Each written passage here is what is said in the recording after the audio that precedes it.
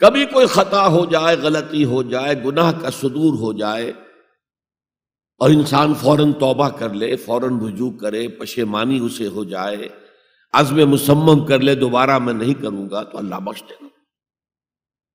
انما التوبۃ علی اللہ للذین یعملون السوء بجہالۃ ثم یتوبون من قریب، سورہ نساء میں فرمایا اللہ کے ذمے ہے ان لوگوں کی توبہ قبول کرنا۔ انما التوبۃ علی اللہ، اللہ کے ذمے ہے۔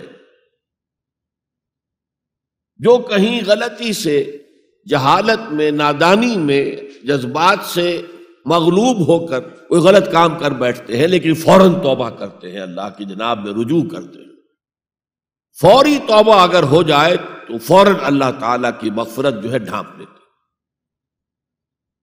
لیکن اگر مستقل طور پر کسی ایک معصیت پر بھی ڈیرا ڈال دیا جائے، مثلا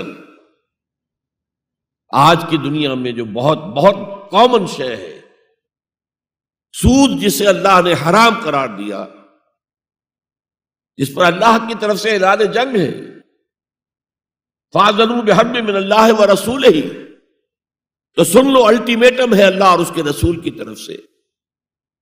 اسے اپنے کاروبار کا مستقل جز بنا لیا تو ایک غلطی، ایک گناہ بھی انسان کو ہمیشہ کے لیے جہنم میں ڈال سکتا ہے۔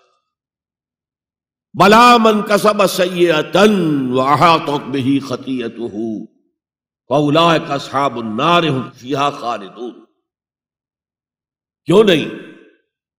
کسی نے جان بوجھ کر ایک بڑا گناہ کمایا، چھوٹے چھوٹے گناہ جو ہے، گناہ صغیرہ، وہ تو خود بخود بھی دھلتے رہتے ہیں، اللہ کی رحمت سے صاف ہوتے رہتے ہیں۔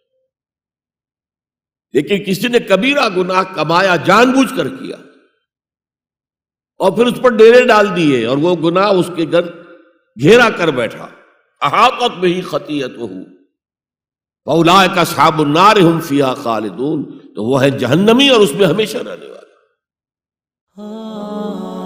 خليل بالقرآن هو إمامنا على هداية الله آمتنا، كلام ربنا هدايتنا، عطاء جبريل